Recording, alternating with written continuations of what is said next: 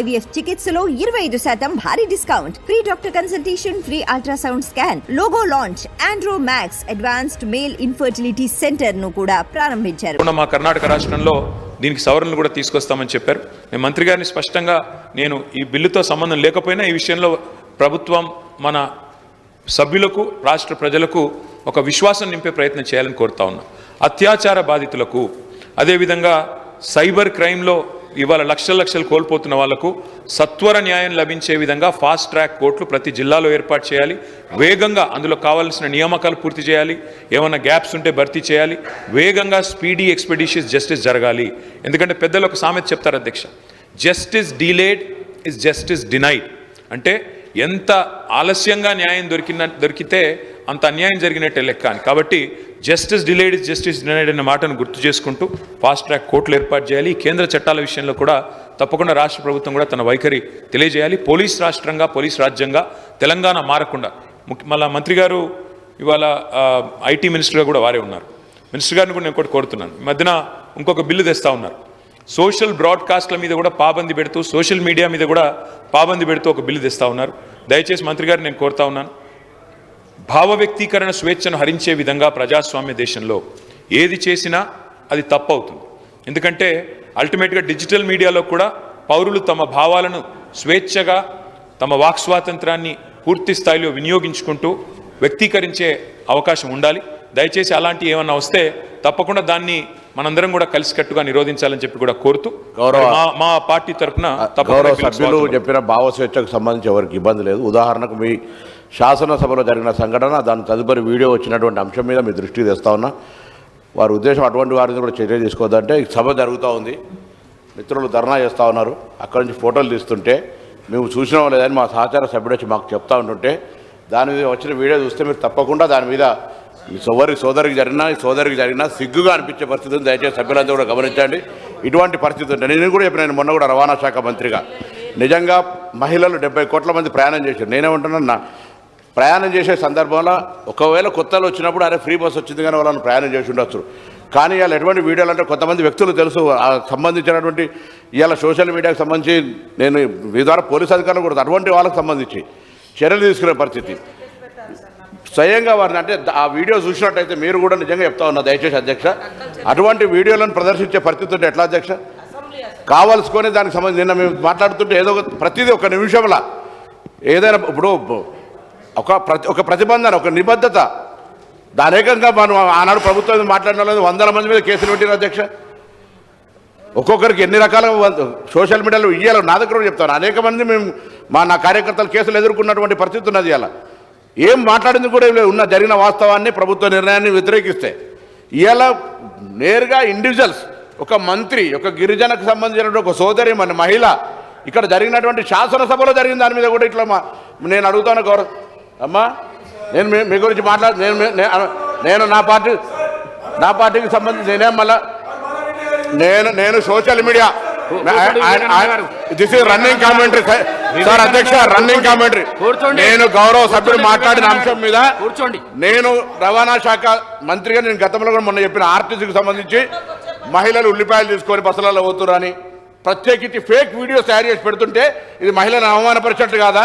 ఇలా వాళ్ళకి సంబంధించి అక్క అనగానే ఏం జరిగింది? దానికి సంబంధించి రోజు పొద్దున అదే ఎజెండా నిన్నటికి అయిపోయింది. నేను దాని గురించి మాట్లాడాలి ఇప్పటివరకు. మళ్ళీ మీరు నేనేమడుగుతా ఉన్నా, నేను ఆ విషయంలో మీరు ఇవాళ నిన్న ఆడికే మక్కన్ సింగ్ గారు గౌరవ సభ్యులు వచ్చి ఇక్కడ నాతోటి మాట్లాడుతూ ఫోటో తీసినని చెప్తే దానికి సంబంధించిన వీడియో చూడండి అధ్యక్ష. దాని అటువంటి వాటి మీద నేను వారన్నారు చాలా భావస్వేచ్ఛ ఉండాలి, భావస్వేచ్ఛకు సంబంధించి ఎదుటి వ్యక్తిని పూర్తిగా కించపరిచే విధంగా ఉంటే ఎట్లా, అవమానపరిచే విధంగా ఉంటే ఎట్లా అనే అంశాన్ని తమ దృష్టికి తీసుకొస్తా ఉన్నా.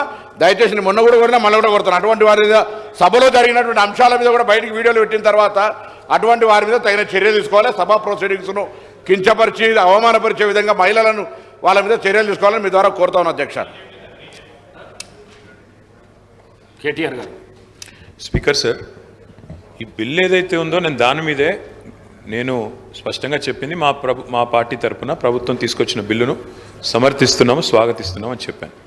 దాంతోపాటు మరి గౌరవ మంత్రివర్యులు, రవాణా శాఖ మంత్రివర్యులు వారికి ఎందుకు ఆవేశం వచ్చిందో నాకు తెలియదు. కానీ అధ్యక్ష, వారికి నేను కాదు ప్రభాకర్ గారు, నేను దయచేసి నేను మిమ్మల్ని అనట్లేదు, మీ గురించి ఏమి వేరే విమర్శ కూడా చేయట్లేదు.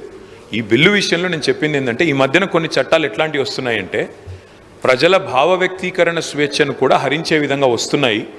తెలంగాణలో మీరు చెప్పారు గతంలో కొంత ఇలాంటి కార్యక్రమాలు జరిగినాయి, ఇబ్బందులు జరిగినాయి, మేము వచ్చిన తర్వాత దాన్ని మారుస్తామని చెప్పారు. కర్ణాటకలో అక్కడి ప్రభుత్వం, కాంగ్రెస్ ప్రభుత్వం కేంద్రం తీసుకొస్తున్న చట్టాల వల్ల, కొన్ని చట్టాల వల్ల పోలీస్ రాజ్యం అయ్యే ప్రమాదం ఉంది, కాబట్టి మేము కొన్ని సవరణలు చేస్తామని చెప్పారు. నేను రాష్ట్ర ప్రభుత్వాన్ని నేను అడిగేది ఏమంటే, మన రాష్ట్రంలో ముఖ్యంగా ఇక్కడ ఈ సభలో కూర్చున్న వాళ్ళలో కూడా చాలామంది గతంలో వామపక్ష ఉద్యమాల్లోంచి, లెఫ్ట్ ఉద్యమాల్లోంచి, పౌర హక్కుల సంఘాల, ప్రజా సంఘాల నుంచి వచ్చిన వాళ్ళు ఉన్నారు.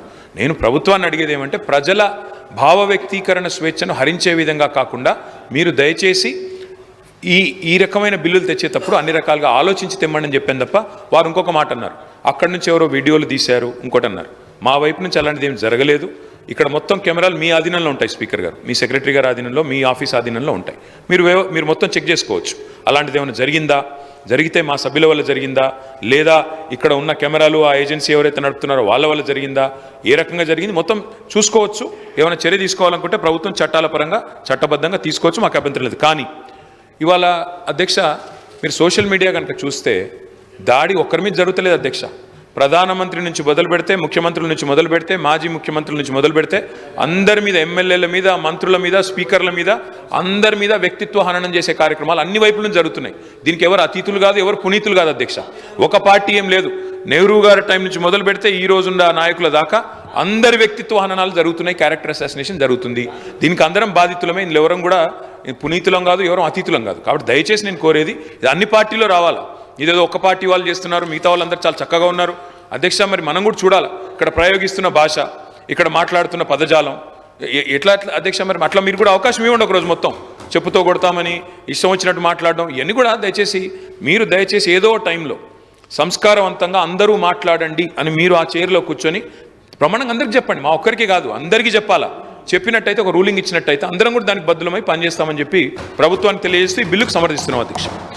శ్రీ మహేశ్వర్ రెడ్డి గారు.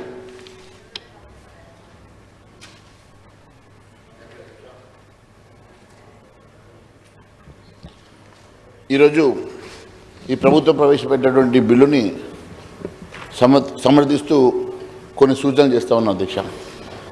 యాక్చువల్గా జూనియర్ సివిల్ జడ్జి కోర్టులు దీని బర్డెన్ పెరిగిందనో, మరి దాన్ని వారికి 10 లక్షలకు తగ్గించి మిగిలిన సిటీ సివిల్ కోర్టుకి మీరు బదలాయించడం వలన వచ్చే లాభం కన్నా ఎక్కువ వీటిని కూడా మనము ఎక్స్పాండ్ చేసి ఉండి, కోర్ట్స్ని కూడా మనము ఎక్స్పాండ్ చేసి ఉంటే బాగుండేది అధ్యక్ష. ఈ 20 లక్షలకు పెంచుతూ గత ప్రభుత్వం తీసుకున్నటువంటి నిర్ణయంలో సరే దానివల్ల తప్పిదాలు ఉన్నాయని చెప్పేసి మీరు భావించి ఉంటే, దాని బదులు ఈ కోర్ట్స్ పెంచి, ఫాస్ట్ ట్రాక్ కోర్ట్స్ పెంచి ఉంటే బాగుండేదని మేము భావిస్తూ ఉన్నాము. అంతేకాకుండా అధ్యక్ష, జూనియర్ సివిల్ కోర్ట్స్ని చాలా దగ్గర సంఖ్య తక్కువగా ఉన్నాయి. అన్ని తాలూకా హెడ్ క్వార్టర్స్లలో సిటీ సివిల్ కోర్ట్స్ లేవు. కొన్ని ఇప్పుడు కొత్తగా ఏర్పడినటువంటి జిల్లాలలో కూడా కోర్టు భవనాలు కూడా లేక అద్దె భవనాలలో ఈరోజు కోర్టు నడుస్తున్నటువంటి పరిస్థితి మనం చూస్తూ ఉన్నాము. మరి అద్దె భవనాల్లో ఉన్నటువంటి కోర్ట్స్ కూడా మనము ఇప్పుడు ఎందుకంటే సార్, కోర్ట్స్ కూడా అద్దె భవనాల్లో నడపడం చాలా బాధాకరంగా ఉన్నది. అసలు అటువంటి చాలా ఇన్కన్వీనియంట్గా ఉన్నది. ఇప్పుడు మా జిల్లాలో కూడా మేము చూసినట్లయితే, నేను మొన్ననే కోర్టు విజిట్ చేసేటప్పుడు గతంలో ఉన్నటువంటి ఒక జూనియర్ కాలేజు అక్కడి నుంచి షిఫ్ట్ అయిపోయి అది శిథిలావస్థలో ఉన్నటువంటి జూనియర్ కాలేజీలో ఈరోజు కోర్టు నడుస్తున్నటువంటి పరిస్థితి చూస్తూ ఉంటాం అధ్యక్ష. సరే, గత 10 సంవత్సరాల ప్రభుత్వం చర్యలు తీసుకోకపోవడము, డబ్బులు మరి కేటాయించకపోవడము, నిర్మాణం చేయకపోవడంలో జరిగిన తప్పిదాలు కనీసం మీరు వచ్చినారు కాబట్టి మీరన్నా కొంతవరకు దాన్ని సర్దుబాటు చేసేసి వాటికి ఇమ్మీడియట్గా మరి మీరు కొంచెం ఫండ్ క్రియేట్ చేసేసి వాటికి శాంక్షన్ ఇచ్చేసి కొత్త భవనాలు నిర్మాణం చేసుకుంటే బాగుంటుందని చెప్పి నేను మరి కోరుతా ఉన్నాను అధ్యక్ష.